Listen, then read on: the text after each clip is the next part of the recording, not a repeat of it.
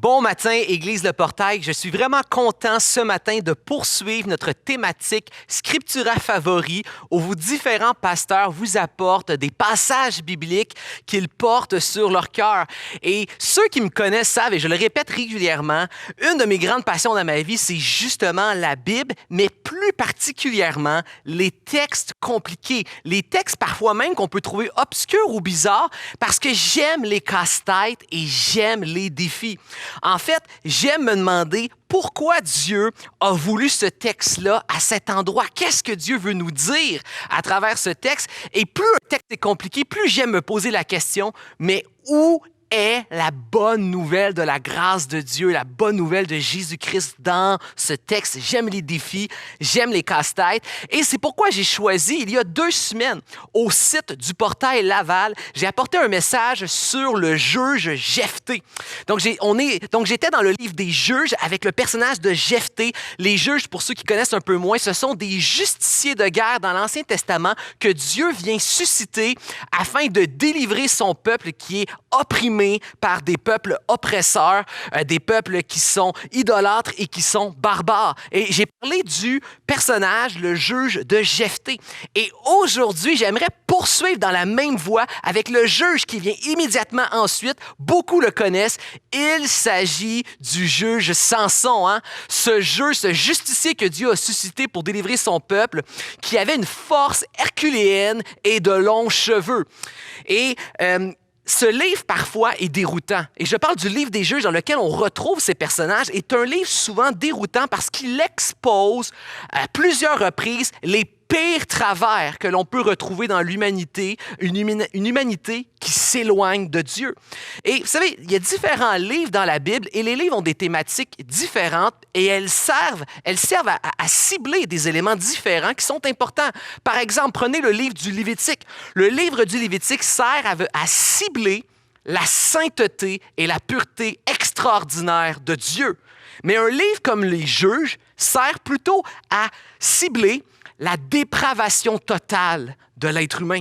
Il y a un but, il y a une utilité à ces 2 livres-là. Les 2 livres sont importants.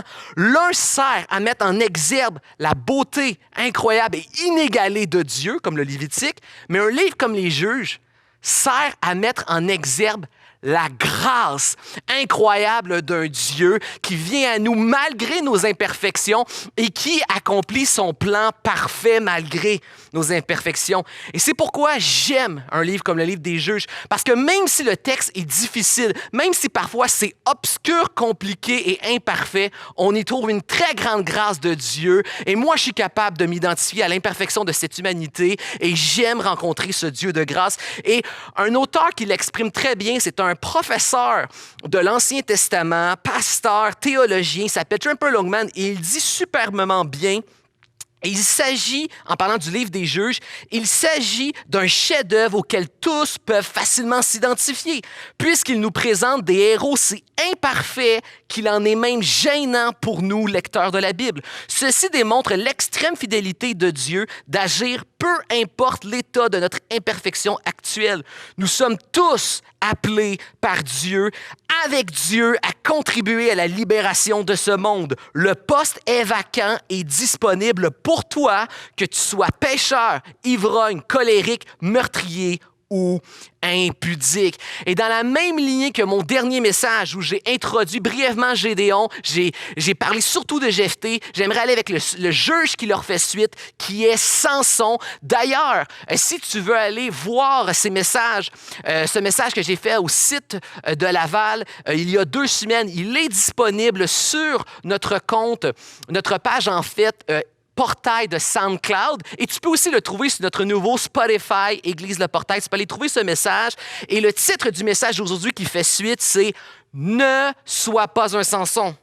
Ne sois pas un Samson. Je ne sais pas si tu as remarqué un peu, mais dans ce titre, il y a un peu le contre-pied de ce qu'on peut entendre régulièrement dans les sites d'églises évangéliques. Régulièrement, dans nos cercles évangéliques, on va dire soit un David, soit un Gédéon, soit un Samson.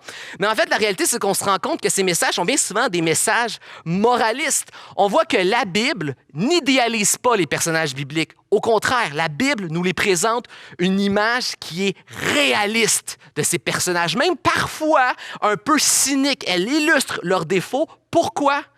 Afin de nous guider à Jésus, afin que l'homme ne se confie pas dans l'homme, mais que ces personnages bibliques, ces héros bibliques imparfaits ont pour but d'exposer leur imperfection afin que nous puissions mieux découvrir la perfection totale et ultime de Jésus-Christ. Si les héros de la Bible ne te mènent pas à Jésus-Christ, c'est que tu as une mauvaise lecture des héros de la Bible. Ils ont pour but de nous amener à Jésus-Christ. Et prêcher simplement d'imiter les héros bibliques sans en venir à Jésus-Christ, c'est un peu comme un cardiologue qui ouvrirait un patient, lui donnerait dans les mains les outils et lui dirait « Maintenant, mon travail est fini, referme-toi tout seul. » C'est une mauvaise nouvelle. On a besoin d'en arriver à la bonne nouvelle de Jésus-Christ qui change notre cœur par le Saint-Esprit, qui nous amène à vivre pour lui.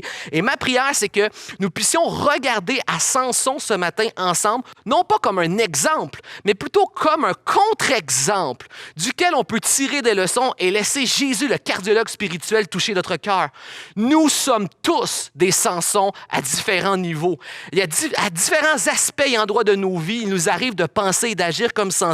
Nous avons besoin de laisser Jésus par l'Esprit de Dieu mettre le doigt sur ces endroits-là et nous avons besoin de mettre à mort ces parties-là et de grandir par la grâce de Jésus. C'est pourquoi le titre de mon message est « Ne sois pas un Samson ». Si tu as ta Bible, tu peux aller dans le livre des Juges, chapitre 13. On va commencer la lecture au verset 3. Et comment ne pas être un Samson? Eh bien, en commençant, en arrêtant de faire ce que lui fait à travers son récit. Le premier point, ce que nous allons voir, c'est que Samson a joué avec sa vocation. Samson, comme on dit en québécois, il niaisait avec sa vocation. Il jouait avec sa vocation. Donc, Église, cessons de jouer avec la vocation à laquelle Dieu nous a appelés. On va lire à partir du verset 3, il est dit « Un ange de l'Éternel apparut à la femme, à la mère de Samson, et lui dit « Voici, tu es stérile. Maintenant, prends garde, ne bois ni vin, ni liqueur forte, et ne mange rien d'impur, car tu vas devenir enceinte, et tu enfanteras un fils. Le rasoir ne passera point sur sa tête, parce que cet enfant sera consacré à Dieu dès le ventre de sa mère. Et ce sera lui qui commencera à délivrer Israël de la main des Philistins. » Qu'est-ce qu'on a souvent en tête quand on pense au récit de Samson? La plupart du temps, Samson, on va penser immédiatement à sa force herculéenne, donc un justicier que Dieu a donné le don d'une très grande force, d'une très grande puissance physique. On va penser aussi beaucoup à ses cheveux, que la force était dans ses cheveux et que c'est lorsqu'on a coupé ses cheveux qu'il a perdu sa force et que l'ennemi a dominé sur lui. Et on va penser aussi beaucoup à la fin triste et tragique de son histoire. On va penser à la belle Dalila philistine qui va l'amadouer, elle va le trahir, trouver son secret, couper ses cheveux et ensuite les méchants Philistins vont pouvoir dominer sur Samson. On pense à son don, la force, on pense à son apparence, les longs cheveux, on pense à sa finale tragique. Mais je trouve que bien souvent, on ne passe pas assez de temps à réfléchir pourquoi ce don? Pourquoi les cheveux? Et pourquoi est-ce que ça le finit d'une manière si tragique? On se souvient des éléments marquants du récit de Samson, mais on se questionne rarement sur le but, sur la vocation de pourquoi Dieu a donné ces éléments, pourquoi Dieu a donné cette force en Samson et quel était le lien avec ses cheveux et pourquoi la vie de Samson l'a mené à cette fin tragique. Et j'aimerais qu'on se questionne, quelle était la vocation que Samson avait? Et posons-nous la question. Est-ce que Samson a accompli la vocation à laquelle il était destiné, celui de libérer le peuple d'Israël qui était sous la domination et l'oppression du peuple des Philistins? La réalité, c'est que non. Et même le nom de Samson est intéressant. Ce qu'on voit, c'est que Samson a reçu un très grand don. Il a passé sa vie à utiliser ce don pour lui-même et non pas pour Dieu. Il n'a pas cherché à glorifier Dieu avec son don. Il a cherché à se satisfaire lui-même et ses propres idoles. En fait, il avait un don puissant de Dieu, mais il a vécu sa vie comme un idolâtre. Et même le nom de Samson a cette particularité de démontrer cette ambivalence, d'avoir un très grand don de Dieu pour la gloire de Dieu, mais ne pas l'utiliser pour la gloire de Dieu. Le nom Samson représente et veut dire soleil. D'un côté, Samson était appelé à être une lueur d'espoir pour le peuple d'Israël qui était oppressé. C'était son appel d'être un soleil, une lueur d'espoir de la part de Dieu pour Israël. Mais en même temps, le nom Samson était aussi le nom d'une divinité idolâtre, donc une idole du soleil.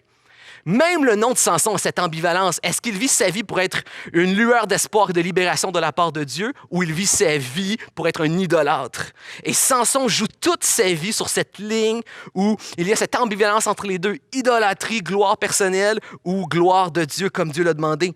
Et lorsqu'on regarde au récit de Samson, ce qu'on se rend compte en lisant le récit de Samson, c'est que différents détails nous montrent avec lesquels Samson prenait sa vocation avec beaucoup de légèreté au point même de se moquer et de jouer de sa vocation. On va voir premièrement que Samson ne va jamais réussir à amener une paix durable en Israël. Quand on a regardé les autres juges, je t'invite à aller écouter le message que j'ai fait il y a 2 semaines à Laval, mais tous les autres juges qui ont précédé Samson, bien qu'imparfaits, ils ont toujours réussi à amener une vraie période de paix pendant un certain temps. Samson est le seul qui n'a pas réussi à amener de la paix en Israël. On voit aussi que les seules fois où Samson accomplit sa vocation, c'est-à-dire aller attaquer l'ennemi qui oppresse Israël, il ne le fait jamais. Jamais Samson dans le récit attaque le peuple philistin pour glorifier Dieu qui l'appelle à libérer son peuple. Ou même, peut-être, on pourrait dire, il le ferait par compassion parce qu'il voit ses frères, sa tribu et sa famille souffrir. Il le fait jamais pour son peuple. Il le fait jamais pour la gloire de Dieu. Toutes les fois que Samson prend les armes contre les ennemis, c'est toujours pour se venger, pour des vendettas personnels. Un exemple, c'est Samson va aller marier à un moment donné une jeune fille philistine, donc une fille du clan ennemi. Déjà là, il y a quelque chose qui ne fonctionne pas. La parole de Dieu défendait de faire cette chose-là. Fait que déjà, il est en train de désobéir à Dieu dans ce mariage-là. Et Samson va proposer une énigme où il va dire que si les gens du mariage, donc les Philistins, ne donnent pas l'énigme, ils vont leur devoir 30 beaux vêtements à lui. Et l'énigme, elle est impossible. Alors, sa compagne va essayer d'aller chercher le secret et elle va le donner à ses amis philistins. Donc, Samson va se faire trahir, premièrement, dans ce début de récit par une femme, comme à la fin de sa vie. Et là, c'est Samson qui va devoir des vêtements à ses compagnons de mariage. Et Samson, à cause de ça, il va aller attaquer 30 Philistins pour leur prendre leurs vêtements. On ne voit pas ici un guerrier, un justicier qui fait une vraie guerre propre pour libérer un peuple. On voit quelqu'un de violent qui fait des vengeances personnelles et même qui a un cœur pervers. Un autre endroit aussi, c'est après ceci, le père de la jeune fille philistine va donner sa fille finalement à un autre. Puis entre vous et moi, on le comprend de vouloir donner sa fille à un autre que Samson après tout cela. Et là, les Philistins vont se fâcher, ils vont brûler son père et sa famille. Et Samson va se venger parce que après cet événement-là, c'est 1000 hommes qui vont venir philistins, qui vont venir s'attaquer à Samson. Samson, à cet endroit-là, ne prend les armes, encore une fois, comme les Philistins, que par pure vengeance de comment les Philistins l'ont traité lui et sa belle famille par extension. Samson a reçu un très grand don de la part de Dieu, mais le texte révèle qu'il l'utilise uniquement que pour lui et pour lui seulement. On peut le lire, on va voir ces exemples-là que j'ai nommés. Chapitre 15, verset 6, il est dit « Les Philistins dirent, qui a fait cela? On répondit, Samson, le gendre du Timnien. Et remarquez, parce que celui-ci lui a pris sa femme et l'a donnée à son compagnon. » Samson n'a pas agi pour Dieu, n'a pas agi pour son peuple, il l'a fait parce qu'on lui a fait quelque chose qui l'a fâché. Chapitre 15, verset 11, plus loin. « Sur quoi 3000 hommes de Juda descendirent à la caverne du rocher d'Étam et dirent à Samson, « Ne sais-tu pas que les Philistins dominent sur nous? Que nous as-tu donc fait? » Est-ce qu'il leur répond, « Non, ce que j'ai fait, c'est pour nous libérer. Je le sais que les Philistins dominent. Je les ai attaqués pour nous libérer parce que Dieu m'a appelé à ça. » Non, c'est pas ça qu'il répond. Il dit, « Je les ai traités comme ils m'ont traité. » Samson n'agit pas pour libérer son peuple, il n'agit pas pour glorifier Dieu. Il agit par vengeance personnelle. Samson est si tourné vers lui-même que même Dieu doit susciter des conflits entre lui et les Philistins pour que Samson accomplisse sa destinée d'attaquer les Philistins. On voit au chapitre 14, verset 4, qu'il est dit « Ses parents ne savaient pas, en parlant de ce mariage avec une Philistine, les parents savaient que c'était interdit. Ils ont questionné et finalement Samson a persévéré à y aller. Et il est dit, ses parents ne savaient pas que cela était dirigé par l'Éternel qui cherchait une occasion de conflit avec les Philistins. Dieu doit même utiliser et produire des conflits pour que Samson accomplisse ce qu'il doit accomplir. On voit ici un Samson qui sert continuellement ses propres intérêts. Et présenté de cette manière-là, je comprends qu'un chrétien qui entend ça, ça doit être difficile de chercher à s'identifier à Samson. En fait, de présenter de cette manière-là, ça donne envie plutôt de ne pas s'identifier à Samson. C'est-à-dire, moi, je suis pas comme ça. Là. Moi, je vais à l'église, je chante, je loue, je prie, je sers Dieu, je fais tout pour que ma famille serve l'Éternel. Il n'y a rien de la description que tu viens de faire à laquelle je veux m'identifier. Mais il faut se poser des questions beaucoup plus profondes. Souvenez-vous que Samson avait une tendance à être très superficiel et léger avec sa vocation. Ne soyons pas superficiels et légers, s'arrêtant simplement aux apparences d'une vie chrétienne bien propre, bien rangée, mais posons-nous des questions pour aller en profondeur dans nos cœurs, voir où nous agissons et peut-être réfléchissons parfois comme un Samson dans notre cœur. Souvenez-vous d'une chose, Samson est tout de même présenté comme un véritable héros. Hébreux 11 nous rappelle que Samson est considéré comme un véritable croyant. On voit qu'il y a des déficiences dans sa vie, dans sa foi, mais il est présenté tout de même comme étant un vrai croyant. Et Samson, malgré tout, a accompli de grandes choses pour Dieu. Donc ça doit nous ramener à nous rappeler que parfois le péché dans notre vie, les attitudes idolâtres semblables à celles de Samson ne sont pas toujours très apparents. Ce qui peut ressembler à des hommes et des femmes de Dieu, qui servent Dieu, qui aiment Dieu, qui déclarent leur amour pour Dieu, peuvent cacher des bourgeons, des fruits de cette idolâtrie dans leur propre vie. Il faut se poser des questions plus profondes. Quel était le problème, en fait, profond de Samson? Samson ne servait pas Dieu, Samson se servait lui-même à travers Dieu. Et parfois, cette souche, cette racine-là peut prendre place dans la vie des chrétiens. Samson sert son propre intérêt, non pas celui de Dieu. Samson voit Dieu et les dons que Dieu lui a donnés à son service et non le contraire. Il ne se voit pas, lui, au service de Dieu. Ce qui nous amène à quelque chose d'important, c'est réaliser, chers chrétiens, qu'il n'y a que deux seules manières de vivre une vie humaine. Il y a deux manières de vivre une vie humaine. Soit qu'on vit pour notre propre gloire à nous personnellement, ou nous vivons pour la gloire de Dieu. Deux seuls modes de vie. Vivre pour notre propre gloire ou vivre pour la gloire de Dieu.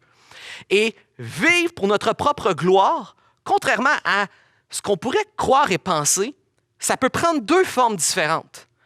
Ça peut prendre la forme que j'appellerais la forme irreligieuse, donc celle où on rejette toute forme de religion, de moralité et d'éthique et on vit uniquement pour ses propres penchants, ses propres désirs, ses propres idoles, pour soi-même et ses plaisirs. Mais ça peut prendre la forme aussi, une forme religieuse, qui n'est pas plus vivre pour la gloire de Dieu. La forme religieuse, c'est d'avoir l'apparence de la religiosité, c'est d'utiliser les choses de Dieu, de la Bible et de l'Église, mais encore une fois, pour les détourner vers nous, pour se servir soi-même, pour se bénir et se glorifier soi-même. Que tu aies un mode de vie irreligieux ou un mode de vie religieux, ces deux modes de vie-là ne peuvent pas être santés pour notre propre gloire. Nous devons choisir entre vivre pour notre propre gloire ou vivre pour la gloire de Dieu. Lorsqu'on décide d'avoir un mode de vie irreligieux où on détourne tout comme Samson pour satisfaire nos penchants, nos idoles, nos désirs, nos hobbies, on ne vit que pour ce qui nous plaît, ce qui nous fait plaisir, ce qu'on aime, ce que l'on veut. On vit pour ces choses qui siègent sur le trône de notre cœur. Eh bien, on se rend compte que c'est un mode de vie qui ne mène pas bien loin. En fait, c'est un mode de vie qui ne dépassera jamais le cimetière. Hein? Comme on le répète souvent, ça ne sert à rien d'être le plus beau, le plus bel, le plus riche et le plus en santé, le plus talentueux et doué du cimetière. Aucun de tes idoles et de tes penchants ne va t'amener et te porter plus loin que le cimetière. Et même ceux qui ne veulent pas penser à l'après-mort, même ceux qui se disent « Moi, je suis dans le paradigme, donc le mode de pensée du matérialisme scientifique, c'est-à-dire que je crois qu'il n'y a absolument rien de plus dans ce monde que la matière physique. » Même ceux qui sont persuadés, qui déclarent croire dans le matérialisme, ont souvent un mode de vie qui trahit cette déclaration. Parce que tout être humain cherche continuellement à donner du sens à ce qu'il fait et à sa vie. Et il y a continuellement à l'intérieur de lui cette pensée d'accomplissement et d'inaccomplissement qui le fait souffrir tout au long de sa vie. Pensez juste au COVID qu'on vient de vivre. L'année COVID nous a enfermés chez nous. Donc, les gens se retrouvaient tout d'un coup enfermés avec leur famille. Pour certains étaient délaissés, mais d'autres étaient avec des gens qu'ils aimaient. Donc, ils avaient les gens qu'ils aiment avec eux. Ils étaient enfermés, donc, en sécurité du COVID. Donc, ils avaient la santé, malgré d'autres. Même que certains, la facture de la SAQ a augmenté. Donc, un peu plus de vin, des bons repas, enfermés chez nous avec la santé et la famille. Tous les films que je veux sur Netflix. Et pourtant, après 1 an et demi, tout le monde réalise que J'ai beau avoir le luxe, la santé, le confort et mes gens autour de moi, un an et demi me réalise que la vie humaine sans accomplissement, c'est vide de sens et c'est pas viable. La vie humaine sans accomplissement n'est pas viable. Le désir de chercher un sens et un accomplissement trahit que personne ne croit réellement le matérialisme scientifique. Il n'y a rien de plus que la matière. Nous cherchons tous un sens. Au-delà de ces vies, nous cherchons à nous accomplir et de vivre continuellement dans l'inaccomplissement nous mène finalement à une vie où on tourne en rond, où on souffre et on manque de quelque chose. En fait, on est comme une ampoule brûlée qui quelque part à l'intérieur de elle, sait qu'elle est destinée à éclairer et à briller, mais qui passe sa vie à chercher quel est son but, qui passe à côté du but de sa vie. Qu'elle a besoin d'être remplacée par l'œuvre miraculeuse d'une nouvelle naissance en Jésus-Christ qui va te permettre maintenant d'accomplir la destinée pour laquelle tu as été créé, glorifier Dieu, briller pour Dieu. Ça fait penser un peu, vous connaissez la grande chanteuse Whitney Houston, une super grande voix de ce siècle qui est morte d'une façon très tragique. Whitney Houston a commencé sa vie, elle était destinée à chanter des gloires, des louanges et de l'adoration à Dieu dans les églises. Et pourtant, elle a pris un autre chemin dans sa vie. Et où ce chemin de prendre sa vie, de vivre sa vie pour elle, pour ses propres désirs, de prendre le grand don, le grand talent que Dieu lui a donné pour sa propre gloire à elle, où est-ce que ça l'a mené?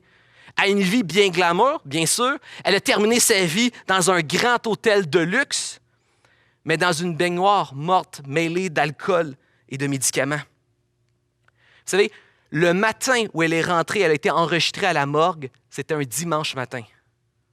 Ce dimanche matin-là, elle aurait dû être dans une église en train de donner tout ce qu'elle a pour la gloire et le service de Dieu, et non pas entrer dans une morgue. Vivre pour tes propres idoles, tes propres désirs, tes propres penchants ne t'amènera pas plus loin que le cimetière. Et laisse-toi pas berner par le mensonge du matérialisme scientifique. Tu cherches un sens et un accomplissement à ta vie qui va bien au-delà de la matière. Vivre d'une manière irreligieuse. Mais on doit se questionner aussi sur lorsque nous vivons d'une manière religieuse, mais que dans les faits, nous détournons ce qui revient à Dieu pour nous-mêmes. Et Samson est tellement une image et un symbole justement de cette ambivalence. Hein? D'un côté, Samson a l'air d'utiliser tout ce qu'il a pour ses propres penchants et ses propres désirs, mais d'un autre côté, il est présenté aussi comme un homme de Dieu qui accomplit de grandes choses avec de grands dons pour Dieu. Il représente exactement cette ambivalence-là entre vivre pour sa propre gloire d'une manière irreligieuse, mais vivre aussi d'une manière religieuse pour, encore une fois, sa propre gloire. Lorsqu'on vit d'une manière religieuse, mais qu'on le détourne pour sa propre gloire, c'est quoi la forme que ça peut prendre? C'est important, il faut se poser ces questions-là qui sont profondes et parfois douloureuses à se questionner. Il faut essayer de poser un diagnostic profond à notre vie de chrétien, à nos cœurs. Il faut essayer de questionner les motivations derrière ce que l'on fait. Parce que parfois, on peut faire de très bonnes choses pour l'Église, pour les gens et pour Dieu, mais le faire avec de mauvaises raisons. On doit questionner nos motivations. On doit faire comme le psalmiste fait, où il demande à Dieu, sonde mon cœur. Sonde mon cœur. Peut-être en apparence, les choses ont l'air de bien aller, j'ai l'air même d'avoir la foi de servir Dieu, mais sonde mon cœur. Est-ce que je suis sur une mauvaise voie? Parce qu'il faut que tu me ramènes sur la bonne voie si je m'éloigne de la vie. Sonde mon cœur. Laissons-nous, par le Saint-Esprit, sonder notre cœur et posons nos questions. Quelle forme est-ce que ça peut prendre d'avoir un mode de vie, une forme de vie religieuse, mais qui est tournée pour notre propre gloire? Bien, ça peut prendre des formes diverses. Ça peut être la raison pour laquelle on se convertit, c'est simplement parce qu'on veut aller au ciel et on veut éviter l'enfer. Ça peut être la raison pour laquelle on devient chrétien, c'est parce qu'on veut être couvert de bénédictions et on veut éviter la malédiction. Ça peut être aussi que la raison pour laquelle je prie le Seigneur, la raison pour laquelle je lis ma Bible, la question pour laquelle je donne et je sers à l'Église, c'est parce que je veux m'assurer de son amour, je veux m'assurer de son attention. Je veux m'assurer de l'amour et de l'attention de Dieu. Une façon de se dire que je veux une sorte d'assurance spirituelle, tout risque ou difficulté de la vie. Mais ça nous amène à la motivation de toutes ces choses-là. Est-ce que nous faisons toutes ces choses parce que nous aimons les choses de Dieu ou parce que nous aimons le Dieu des choses? On doit se poser ces questions et ça nous amène encore plus précisément le service et l'implication que nous faisons parfois dans l'Église en tant que chrétiens. Est-ce que je sers à l'Église? Est-ce que je donne du temps et de l'énergie parce qu'en fait, j'ai envie d'être bien vu, être apprécié, être reconnu? Je veux être reconnu comme un bon chrétien, comme une bonne personne? Est-ce que je sers parce que je pense qu'en servant, je gagne des points spirituels aux yeux des hommes et aux yeux de Dieu? Est-ce que je sers parce que je veux faire partie d'une équipe, être reconnu et valorisé? Et comprenez-moi bien, hein, des fois, c'est très subtil. C'est bien de vouloir faire partie de l'équipe de l'Église. Et il faut aussi s'encourager, se valoriser les uns les autres. La question, c'est la motivation. Est-ce qu'on le fait pour être en relation et pour être valorisé ou on le fait premièrement pour Dieu? Même les relations peuvent devenir une idole dans notre vie qui remplace Dieu. Vivre que pour les relations. Et à chaque fois qu'on met une idole autre que Dieu, on finit par avoir des déceptions dans notre vie. Et ces déceptions-là, on les met souvent sur le compte de l'Église et de Dieu, alors qu'à la base, c'est qu'on avait des idoles qui n'étaient pas rencontrées dans leurs désirs. Parfois, on en fait beaucoup dans notre vie chrétienne ou à l'Église, juste pour pouvoir dire aux autres qu'on en fait beaucoup. Ça, moi, personnellement, ça me parle. Je me suis rendu compte à un moment de ma vie que j'étais continuellement en train de dire tout le temps aux gens autour de moi que je suis occupé. Je faisais souvent la liste de toutes les choses que je faisais. Il a fallu que je m'arrête et que je me pose la question, pourquoi suis-je autant occupé et pourquoi est-ce que je ressens le besoin continuel de le dire à tout le monde autour de moi? J'ai dû questionner mes motivations. Des fois, on en fait beaucoup pour pouvoir le dire aux autres, pour pouvoir impressionner les autres, des fois pour pouvoir attirer la pitié et recevoir un réconfort. Des fois, ça nous donne un sentiment de contrôle. On rend des services tout le temps. On veut être vu dans nos services pour avoir l'impression que les gens après nous doivent quelque chose. Pour attendre peut-être des fois aussi la gratitude. Juste être sûr parfois que Dieu nous regarde. Et d'autres fois, on fait juste aussi, ça c'est une autre catégorie de personnes. Parfois, on s'implique et on sert simplement pour le cocher, dire qu'on l'a fait. Je l'ai fait, donc on est OK, Dieu, on est kiff-kiff. Puis on le fait, en fait, on s'implique, oui, mais on le fait sans vraiment s'engager, s'investir et chercher à s'améliorer. On le fait sans réaliser que c'est la plus belle, la plus grande des missions, la mission éternelle. C'est elle qui devrait définir tout le reste de notre vie après. Qu'est-ce qui arrive quand on fait les choses pour les mauvaises raisons et que finalement, ce n'est pas Dieu le premier, mais c'est une idole? Même si, en apparence, c'est des choses qui sont bonnes et qui semblent religieuses. Bien, ça veut dire que ça fait qu'on les fait avec les mauvaises motivations, on les fait avec les mauvaises attentes. On s'attend à quelque chose. Notre idole, tout ou tard, ne sera pas rencontrée. Elle ne sera pas servie comme elle veut. Et là, on va avoir des déceptions. Et ces déceptions-là, c'est là que c'est crucial. Ces déceptions-là, on va les mettre sur le dos de Dieu. On va dire que Dieu est un Dieu astreignant et lourd à suivre. On va les mettre sur le dos de l'Église. On va dire que l'Église est demandante et astreignante. Et on peut même finir par craquer, faire un burn-out et tout abandonner. On arrête l'implication. Au pire, on va abandonner Dieu et l'Église. Au mieux, on va rester à Dieu et à l'Église en apparence, mais on va se dire, j'ai besoin d'un temps de repos. J'arrête de m'impliquer parce que là, j'ai besoin d'être ressourcé et j'ai besoin d'être rempli par Dieu. Ce qui nous amène encore une fois à questionner profondément à la base. Là, vous allez tanner avec les questions un matin. Pourquoi est-ce que je viens au culte de l'Église? Est-ce que je viens au culte de l'Église dans le seul et unique but, avec la seule motivation de servir Dieu? C'est-à-dire, je viens pour lui partager des prières, des louanges, de l'adoration. Je viens pour écouter sa parole, la comprendre et vouloir l'appliquer et la mettre en pratique dans ma vie. Je viens aussi pour servir l'Église qui est sa communauté, sa famille. Donc, je veux prendre soin de Dieu en prenant soin des gens que Dieu aime. Donc, je viens pour entendre de Dieu sa parole, pour donner louanges et prières et pour donner aux gens autour de moi et servir les gens autour de moi. Donc, autrement dit, je ne viens que pour servir Dieu, Dieu uniquement et pour sa gloire dans toutes ces choses. Ou je viens à l'Église pour être servi par Dieu, pour être béni, pour être rempli, ressourcé, touché, avoir un bon culte. Et là, peut-être qu'à ce moment, tu es en train de dire dans ta tête, attends une minute, là, es-tu en train de dire ce que je pense qu'il est en train de dire? Es-tu en train de remettre en question que ça serait mal d'aller à l'Église dans le but d'être béni, ressourcé et rempli? Et mon ami, la réponse, c'est oui. C'est hyper fondamental ce qu'on est en train de discuter ici, là. C'est hyper fondamental. Comprends-moi bien, il y a toute une panoplie de bénédictions incroyables à être attaché à l'Église, à venir au culte et à servir. Mais si la raison, la motivation derrière, le but, c'est d'être ressourcé, béni, c'est que tu n'as pas compris ce que c'est l'Église et le service et la vie chrétienne. La vie chrétienne, nous, êtres humains, avons été créés dans le seul et unique but de glorifier Dieu et de vivre uniquement pour lui, sa volonté, sa gloire. Et c'est lorsque nous agissons conformément à la raison pour laquelle nous avons été créés et même rachetés en Jésus-Christ, c'est lorsque nous vivons conformément à notre réelle identité, comme une ampoule qui s'allume, qui s'illumine, c'est là qu'on s'accomplit. Et il y a toutes sortes de conséquences bien heureuses à la Bible, à la vie, à l'Église. Vivre à l'Église, vivre une vraie relation avec Dieu, vivre pour la gloire de Dieu amène des conséquences bien heureuses, que ce soit la communauté, les relations, que ce soit la bénédiction de la louange, de la prière, de la parole. Toutes ces choses-là bénissent, remplissent. Pourquoi? Parce qu'on s'accomplit en étant ce pourquoi on a été créé. Mais si la motivation au départ est mal placée, on voit l'Église comme un endroit qui doit nous servir, nous offrir des services. On fait une distinction entre quand je viens m'impliquer, bien là, c'est moi qui donne, mais je veux des moments où c'est moi qui reçois. Quand on fait une distinction comme ça veut dire qu'on ne vient pas à l'Église avec la vraie bonne motivation qui est juste l'Église, c'est un culte, un service d'adoration qu'on offre à Dieu. Ce qui plaît à Dieu le dimanche matin, c'est pas le prédicateur qui dit des choses de la Bible, c'est pas la louange qui fait de la musique. Ce qui plaît à Dieu, c'est les gens qui viennent pour louer avec le band, qui viennent pour écouter la parole de Dieu, la comprendre et la mettre en application dans leur vie, qui viennent pour se servir, se rendre des services mutuellement. C'est ça qui plaît à Dieu. C'est ça qui plaît à Dieu. Est-ce que je viens pour me servir ou je viens pour servir Dieu dans toutes ces façons différentes de servir Dieu? C'est la question la plus fondamentale qu'il faut se poser ensemble.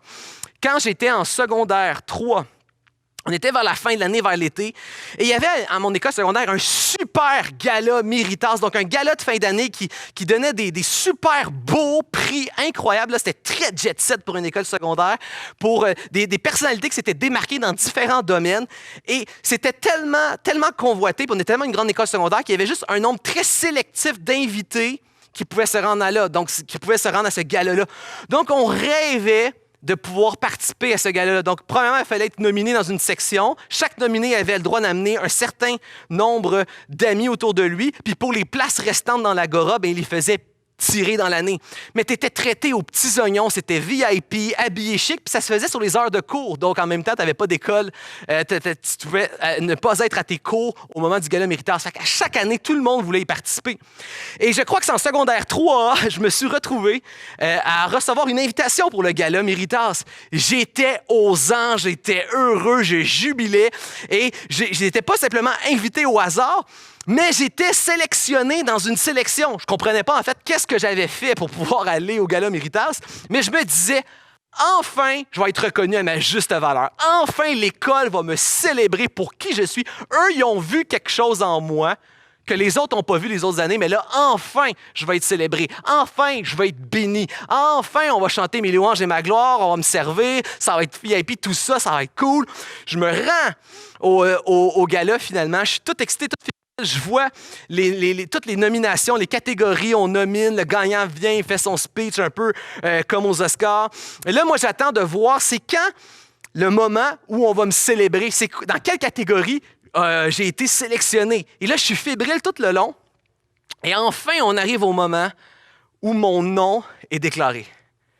Et la catégorie dans laquelle Simon Archambault, puis je ne suis pas juste déclaré en plus, j'ai gagné. J'ai dû aller sur le podium, sur le stage, chercher un prix puis faire un discours. Et la catégorie dans laquelle j'ai gagné, c'était meilleur quarterback de l'année. Il y a juste un petit problème. J'ai jamais joué au football à mon école secondaire. Ce que je me suis rendu compte à ce moment-là précis pour la première fois en 3 ans, en secondaire 3, c'est qu'il y avait un autre Simon Archambault avec le même nom que moi, qui apparemment même vivait sur la même rue que moi et que lui était en secondaire 3 et il était le quarterback de l'équipe de football de l'école secondaire. À ce moment-là, j'ai vécu une très grande déception parce que j'ai compris quelque chose. À ce moment-là, j'ai compris que c'était pas à propos de moi. Et c'est pour ça que j'ai été rempli de déception dans ma vie à ce moment-là. Frères, sœurs, chrétiens, le début de la liberté, le jour où tu commences à vivre la véritable liberté dans toute ta vie chrétienne par rapport à l'Église, à la Bible, à toute la vie entière, c'est le jour où tu réalises, que tu comprends et surtout que tu acceptes que ce n'est pas à propos de toi.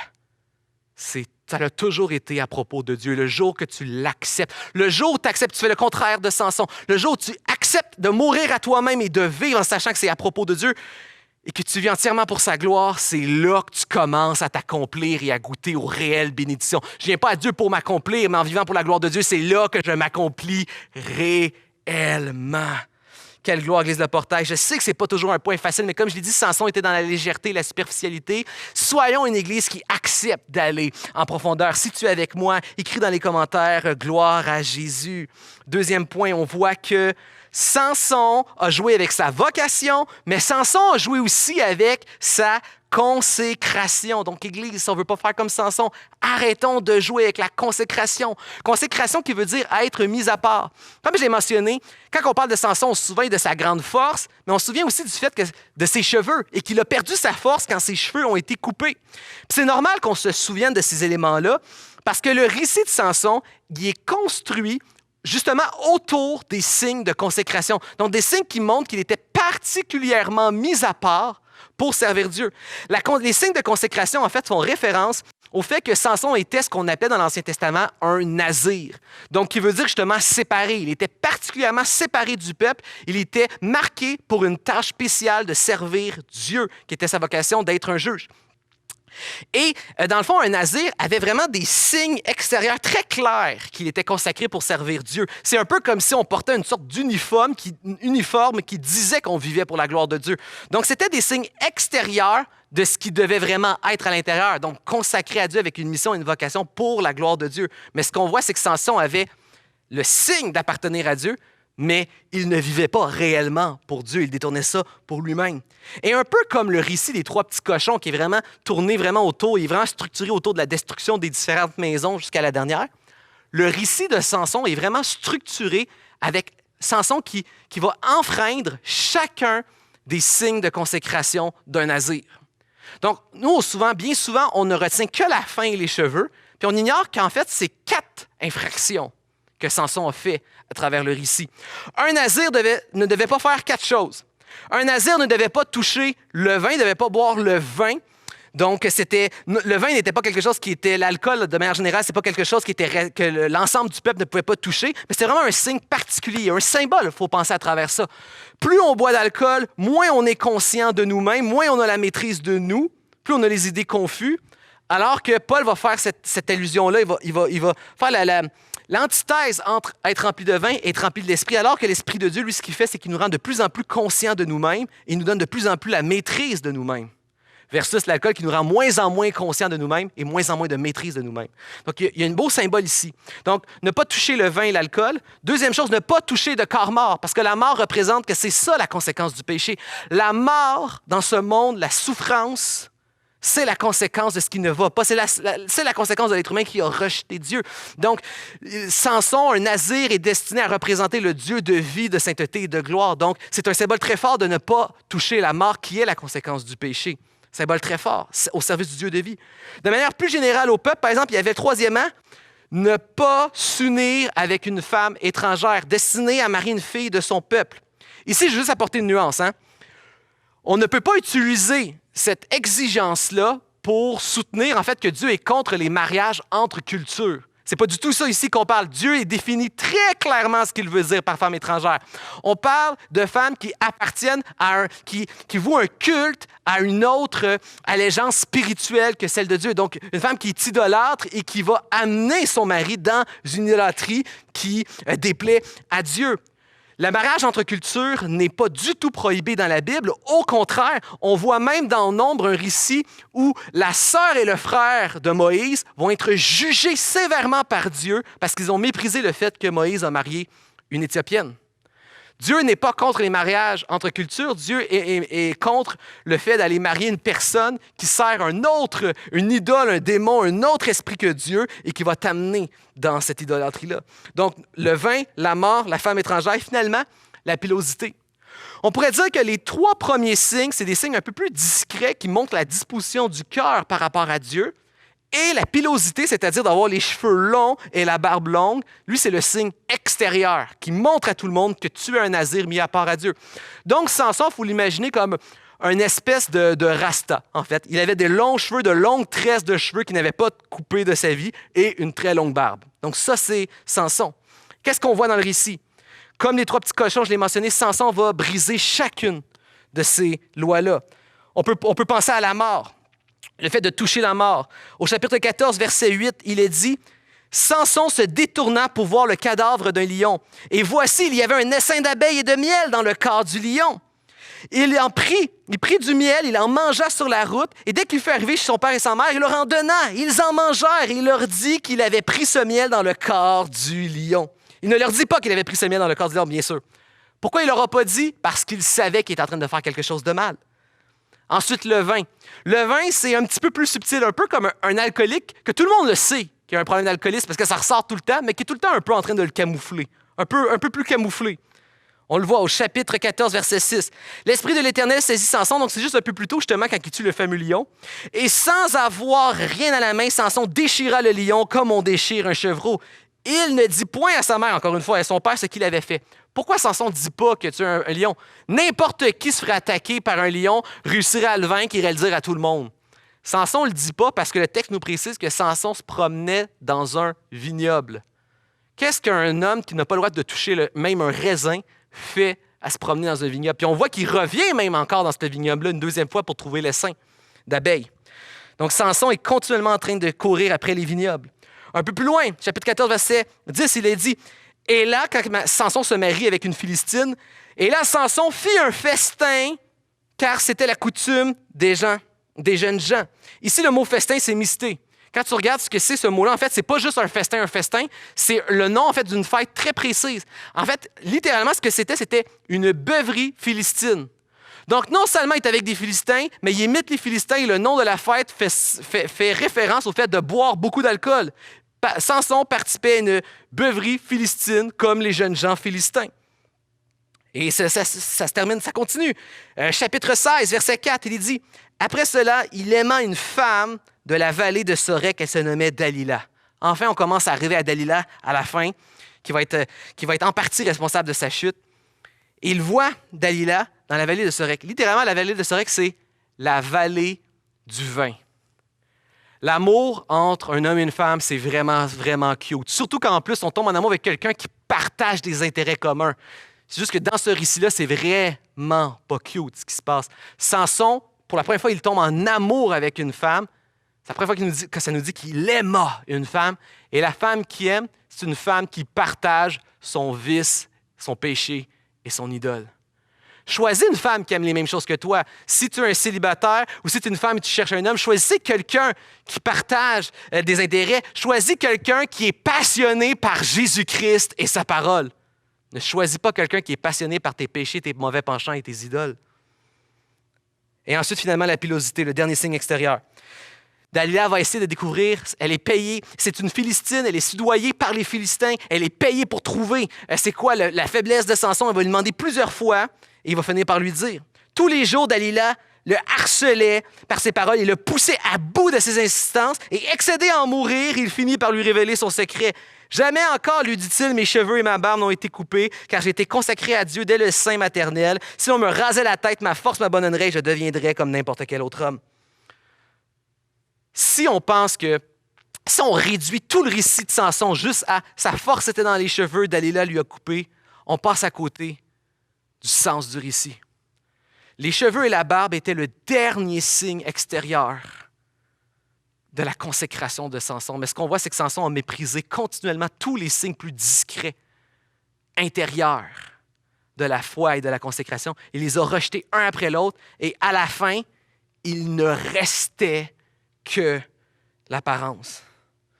Lorsqu'il ne reste que l'apparence de la piété, que l'apparence du christianisme, mais qu'on en méprise la puissance, comme Samson, la ruine et la tragédie n'est pas bien loin. Il y a un paquet de personnes qui viennent à l'Église encore, qui parfois écoutent un message à l'occasion, peut-être même sur Internet, qui ne fréquentent pas une Église.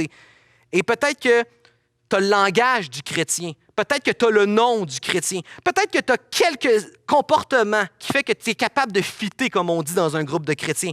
Mais ce n'est pas parce que tu as le langage, le nom et quelques éléments de comportement que ça veut dire que tu as réellement ce qui fait la puissance du christianisme. Tu as ces éléments-là, langage, nom, quelques comportements, mais quand on regarde au détail de ta vie, est-ce qu'on retrouve le fruit de quelqu'un qui investit continuellement à vouloir comprendre toujours de plus en plus la Bible et la vivre? Oui, tu es capable de citer quelques beaux versets puis des fois faire un lien sur tes réseaux sociaux que tu aimes Dieu, tu aimes Jésus, tu mets la Bible, mais la réalité, est-ce que tu investis ta Bible? Est-ce qu'on voit le fruit d'un investissement à comprendre et vivre la parole de Dieu? Tu dis que tu aimes Jésus, mais tu n'es pas attaché non plus à une église. Est-ce que tu investis dans l'attachement à une église locale? On ne peut pas dire qu'on est en amour avec la tête, mais on méprise le corps. Les deux vont ensemble. Est-ce qu'on voit le fruit de quelqu'un qui veut vivre sous l'autorité visible que Dieu a établie par l'Église? La parole nous parle que si on n'est pas capable justement d'obéir à nos autorités visibles, ce n'est pas vrai qu'on aime Dieu, alors que c'est Dieu qui a établi les autorités visibles. Est-ce que nous recherchons, contrairement à Samson qui fuyait toute discipline, est-ce qu'on veut dans notre vie une belle et bonne discipline corrective? Pas punitive, mais cette discipline qui nous ramène toujours dans la vie, qui nous fait grandir. Est-ce qu'on recherche ça ou on fuit ça? Lorsqu'il ne reste que l'apparence de la piété, mais qu'on en méprise la puissance, la ruine comme Samson et la tragédie n'est jamais bien loin. La réalité, c'est que plusieurs personnes qui ont le langage du chrétien, le nom chrétien et quelques comportements typiques de chrétiens ne cherchent pas à avoir une réelle vie centrée sur Jésus-Christ, rendue possible par la nouvelle naissance de l'Esprit pour la gloire de Dieu, en obéissant à sa parole, en étant attachés et investis à l'Église et soumis au berger qu'il a établi. Le chemin de Samson l'a mené à la tragédie. Et ce chemin qui l'a mené, c'est en fait le fait que Samson a joué, comme on joue avec un élastique. Moi, j'avais mon ami quand j'étais jeune. C'était mon voisin d'en face. Et un jour d'été, lui et sa famille vont partir en vacances, en camping. Le taux est tout monté. Et là, il y a ces grands élastiques avec des crochets qui retiennent tout. Et là, il y a des élastiques, des gros élastiques avec crochets. Et juste avant de partir, pendant que les parents font les derniers préparatifs, il veut montrer comment il est fort. Comment il est fort, justement, comme Samson. Fait qu'il prend un crochet, là, puis il montre à quel point il est capable de l'étirer. Puis il est fier. Je le vois de l'autre bord de la rue. Là. Il est fier. Le crochet de l'autre bord finit par casser. L'élastique casse et revole dans ses yeux. Il se fait crever un œil. Et au lieu d'aller au camping ce matin-là, la famille, changement de plan, ils sont obligés d'aller à l'hôpital. Je vous rassure, il n'a pas perdu son œil, mais ça n'a pas été un moment très réjouissif. Et il a quand même, pendant momentanément, eu l'œil crevé. Samson a joué continuellement avec l'élastique de la tentation jusqu'à temps que ça finisse par briser en plein visage et ça l'a rendu littéralement aveugle. Ça l'a mené même à la mort. Et mon troisième point, Église, Samson a joué avec la tentation. Chapitre 16, verset 18, il est dit « Dalila comprit qu'il lui avait révélé son secret. Elle fit prévenir les princes philistins. Ainsi, elle commença à le maîtriser car il perdit sa force. Puis elle cria « Samson, les Philistins t'attaquent !» Il se réveilla de son sommeil et il se dit « Je m'en tirerai comme les autres fois et je m'en dégagerai. » Mais il ne savait pas que l'Éternel s'était détourné de lui. Les Philistins le saisirent de lui crevèrent les yeux, puis l'amenèrent à Gaza, le ligotèrent. Ils lui firent tourner la meule à grains dans la prison. Ici, je ne vais pas rentrer en profondeur, mais cette image-là peut tellement parler en profondeur à tous les chrétiens qui entendent ceci. L'image est tellement claire. Autant la description de la situation, Dalila qui l'aimait, mais qui, elle, travaillait avec les Philistins pour l'argent, qui l'enjôle, qui lui demande continuellement « C'est quoi ton secret, Et lui, il le sait, mais il ne veut pas l'avouer qu'elle va le trahir. Il s'enfonce tranquillement. Il finit par lui donner son secret. Et finalement, ça se retourne contre lui. La description elle est tellement symbolique de notre amour et de notre flirt continuel avec le péché. Même la géographie où se déroule l'événement parle beaucoup et est très symbolique. La vallée de Sorek était exactement à la frontière entre Israël et les ennemis philistins.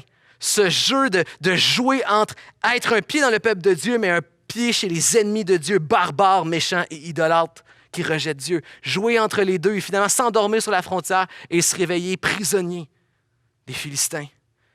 Et même la progression du récit. Au début, elle lui demande « C'est quoi ton secret? » « Ah, lis-moi avec des cordes fraîches. » Elle le fait, ça ne fonctionne pas, il a été trahi, mais il reste quand même parce qu'il aime son péché. Ensuite, des cordes neuves.